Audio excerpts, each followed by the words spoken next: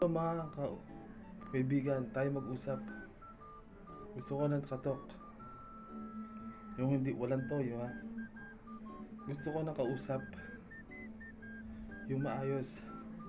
At may sense of humor. Ang mga kausap na pwede mag-donor ng mga chicha at pagkain ng door to door. Okay?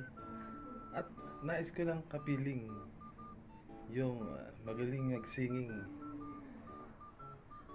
yung kahit anytime, anywhere ay gumigiling na parang mga dancer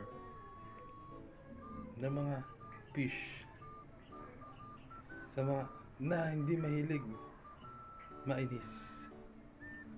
Okay?